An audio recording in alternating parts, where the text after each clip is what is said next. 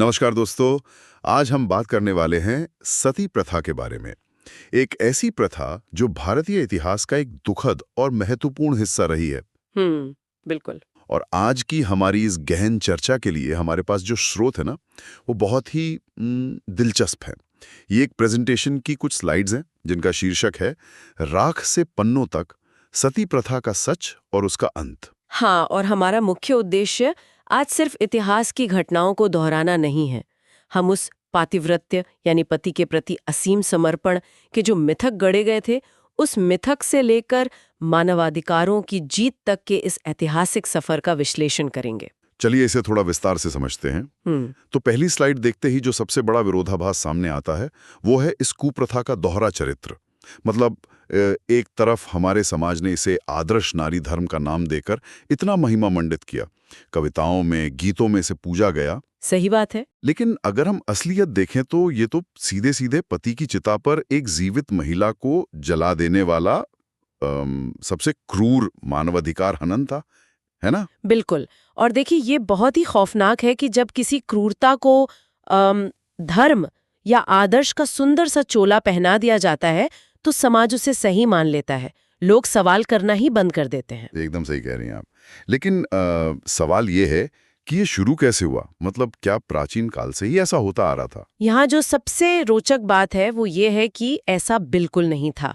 अगर हम कालक्रम या टाइमलाइन को देखें तो प्राचीन भारत में ये कुछ विशेष परिस्थितियों तक ही सीमित था। अच्छा, तो क्या वेदों में इसका कोई जिक्र नहीं है? जी नहीं, वेदों और प्राचीन ग्रंथों में सती प्रथा को कहीं भी अनिवार्य नहीं बताया गया है।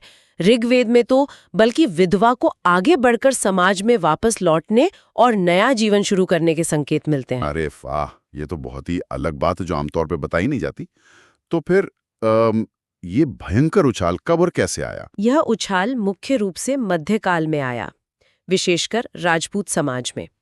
उस दौरान युद्ध होते थे और जब हार निश्चित होती थी तो आक्रमणकारियों के अमानवीय शोषण से बचने के लिए शाही महिलाएं सामूहिक रूप से अग्नि में प्रवेश कर जाती थीं। वो जिसे जौहर कहा जाता था। बिल्कुल। वो युद्ध की एक खौफनाक और विवश करने वाली परिस्थिति थी। लेकिन हुआ ये कि शांति के समय में भी समाज ने उस बलिदान को आम जीवन में एक महिला की पवित्रता मापने का पैमाना बना लिया। मतलब जो एक मजबूरी थी उसे धीरे धीरे एक सामाजिक उम्मीद बना दिया गया। हाँ, बिल्कुल ऐसा ही हुआ। लेकिन मैं ये सोच रहा था कि अगर ये वेदों में था ही नहीं तो ये प्रथा इतनी सदियों तक टिकी कैसे रही? लोग कैसे मान गए? देखिए, इसके लिए सती का एक पूरा चक्रव्यूह रचा गया था। इसके 4 बहुत ही मजबूत स्तंभ थे। पहला तो था पितृसत्तात्मक सोच, जहां महिलाओं को हमेशा कमतर ही समझा जाता था। मतलब उनका अपना कोई स्वतंत्र अस्तित्व नहीं था। कहा था कि सफेद कपड़े पहनाना और शुभ कार्यों से दूर रखना, मतलब उनका सामाजिक बहिष्कार कर दिया जाता था। बिल्कुल, उनसे उनका पूरा सम्मान छीन लिया जाता था। लेकिन जो तीसरा स्तंभ है ना, वो सबसे हैरान करने वाला है। वो क्या था? आर्थिक कारण, संपत्ति। अच्छा, संपत्ति का सती प्रथा से क्या लेना देना? बहुत बड़ा लेना देना था।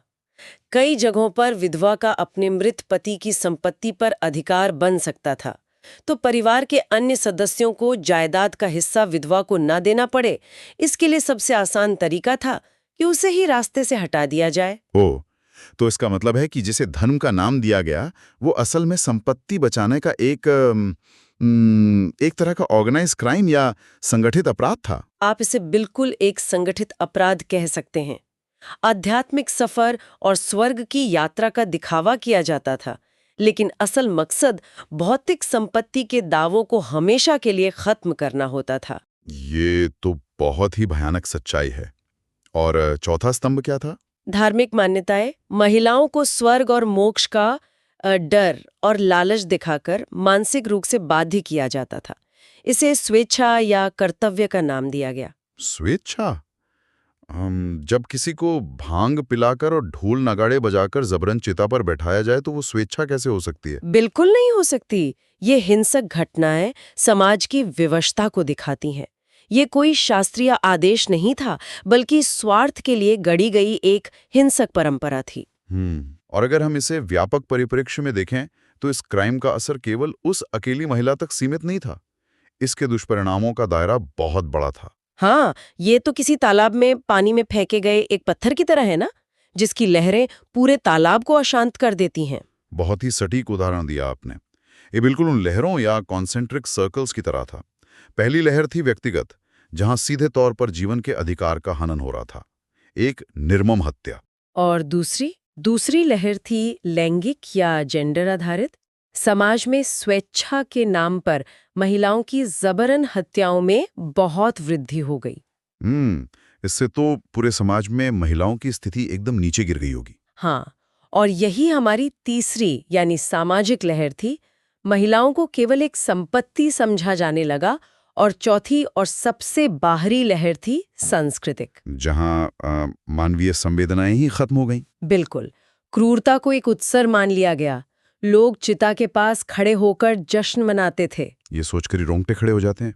लेकिन जब पूरा समाज ही इस क्रूरता को उत्सव मान ले, तो बदलाव की आवाज कहां से आती है? बदलाव की ये गूंज समाज के भीतर से ही उठी।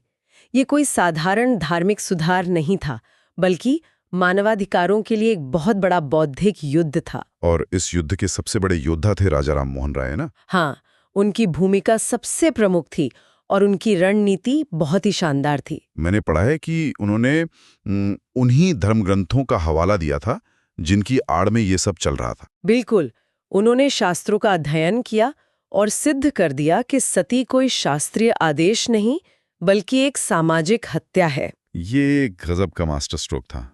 मतलब उन्होंने रूढ़िवादियों के हथियार को ही उनके खिलाफ इस्तेमाल कर लिया। एकदम सही। लेकिन ये इतना आसान नहीं था। एक पलड़े पर सदियों की रूढ़िवादी परंपरा और भारी विरोध था। बड़े बड़े जमींदार उनके खिलाफ थे। तो दूसरे पलड़े पर क्या था? दूसरे पलड़े पर था राजा राम मोहन राय का बौद्धिक तर्क और तत्कालीन British governor general Lord William Bentinck की प्रशासनिक और कानूनी इच्छा शक्ति। हाँ, क्योंकि सिर्फ तर्कों से तो समाज नहीं बदलता ना। बिल्कुल, कभी कभी एक सख्त कानून की भी जरूरत होती है। बिल्कुल।